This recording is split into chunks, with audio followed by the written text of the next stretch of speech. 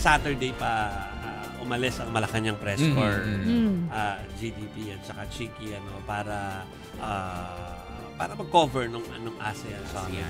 So alam ko po na may mga kumalat na kung ano ng mga litrato kanina at nagkakagulo ang mga netizen kung bakit wala sa mga ilang litrato. Alam mo na pag-ASEAN kasi at saka APEC, di ba? Leaders. Mga leaders, summit, di ba? So, lahat yan ang sinagot naman at sasabihin sa atin ni Mase kung bakit missing in action sa ilang photos ang Pangulo. Oo, papkwento tayo kay Mase. Diba? Tapos, alam natin na marami pang ibang issue na pinag-usapan doon. Lalo na at nangyayari itong ASEAN Summit na to na nagkaroon ng hindi magandang pangyayari sa Thailand dahil namatay nga yung kanilang Queen Mother. Ang dating Queen, ngayon Queen Mother na po. Si Queen Sirikit ay namatay nitong weekend nung nagsimula na po ang ASEAN Summit. Anyway, so isa pa, sinasabi ng mga tao bakit daw may mga nakitang mga fleet o kaya ay mga aeroplano, helicopter dito sa ating bansa na sa US nanggaling US or pag-aari ng Amerika. Pero syempre ako feeling ko lang naman sinabi rin ng ating security editor na si Manny Mugato. Natural yun kapag nandito sa Asia ang leader ng Amerika. Nandito ngayon dahil nga umaten nga itong si Trump dyan sa nagaganap na. So parang standby gano'n. Oo, parang kailangan. Nag-refuel yata kaya nandito. Refueling. Part ba ng EDCA yun? Kaya gano'n. Tingnan natin. Okay. Mase, ready ka na ba? Narinig ko na narinig ko na ba ako? Ay, Mase, yes. Kaya lang Okay inaayos na. sana namin para makita nyo yung background namin. Kaya naman hindi nyo makita yung Petronas Tower kasi masyado pala kaming malapit sa kanya. But anyway, narinig ko yung pinag-uusapan ninyo kanina tungkol doon sa missing in action ni Presidente. Actually, hindi. Nagulat nga ako dun sa lumabas sa online na picture na pinakita na parang wala si Presidente dun sa ASEAN-Japan Summit. Hindi siya totoo. Dahil ang nangyari nun, nagulat din kami when we were monitoring the ASEAN Summit kasi nag-photo op yung mga heads of state, tapos ginawa nila yung kanilang traditional handshake. Tapos nagulat din kami na ba't wala sa photo op si PBBM? But nung bumaba yung mga leaders dun sa mismong plenary, nakita namin nandun na si Presidente, nakaupo na siya dun sa side. Kasi tapos na yung dahil nga before nangyari yung picturean.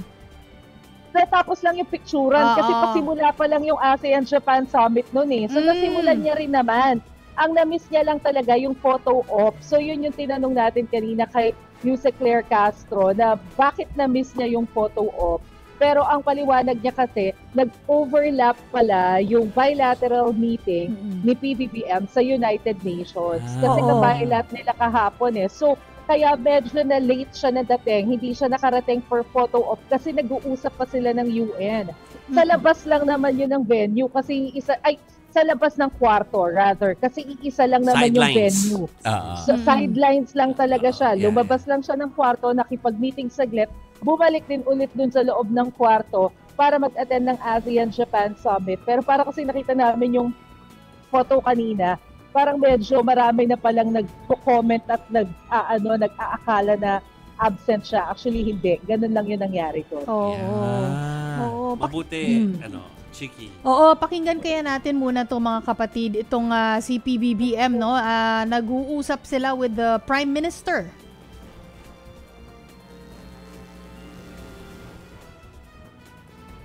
Ito na po, promise. Maritime and archipelagic nation, I wish to highlight the great importance of the rule of law in our oceans.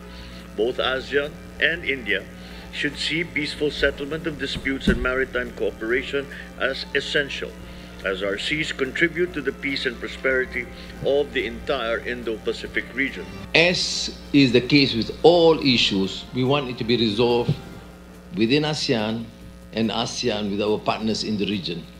Because the moment is seen to be imposed and dictated by outside forces, things becomes more problematic and tense. As far as we're concerned, things are still under control. Tinig po Okay, yan bibigyan ko lang ng ayun. konteksto yung Mm. magkasunod na pahayag na yan ha. Yung una, yung sinabi ni President Bongbong Marcos, nangyari yan kahapon sa ASEAN-India Summit.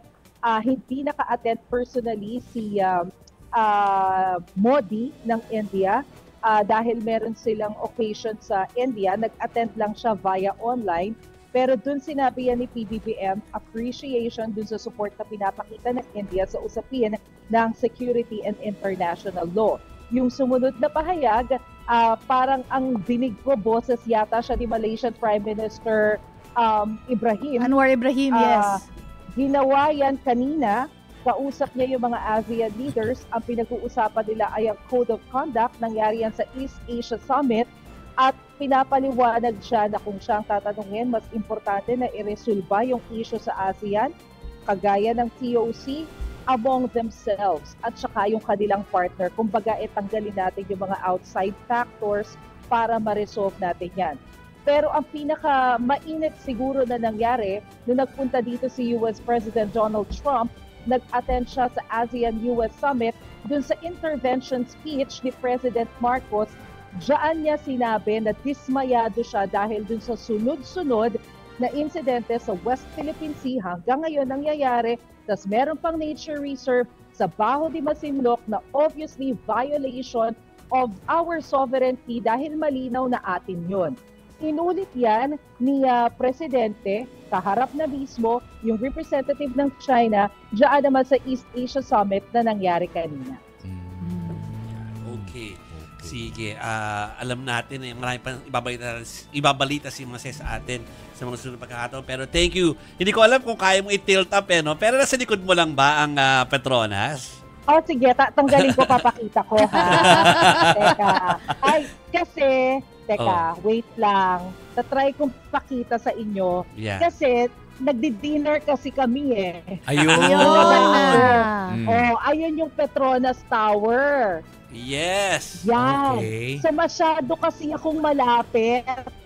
Kaya hindi ko siya magawang background. Okay lang, Diba? okay lang Dikit yan. na dikit. At saka, Pero- totoo po ang sinasabi ni Mase, nagdi-dinner sa nung siya ipatawag namin. Ayan. Natapos ka ba, Mase, So, sa ayan dinner siya. mo? O magbabalik. Mase? Hindi pa Ay, ako tapos. Hindi pa Kaya nga tapos. pinabantayan muna namin ng cameraman ko. Kasama ko yung cameraman ko dito. Eto si June. Ipapakita Hi, ko June. din. Ayan. Tagahawa ko ng ilaw. Hindi na kami nakapagkabit ng cellphone na yung ginamit namin. Nagdi-dinner kaming kasalukuyan. Yeah, okay lang yan. Sige. Thank you, Mase and June, for that report. Ingat Ingat kayo dyan. kayo.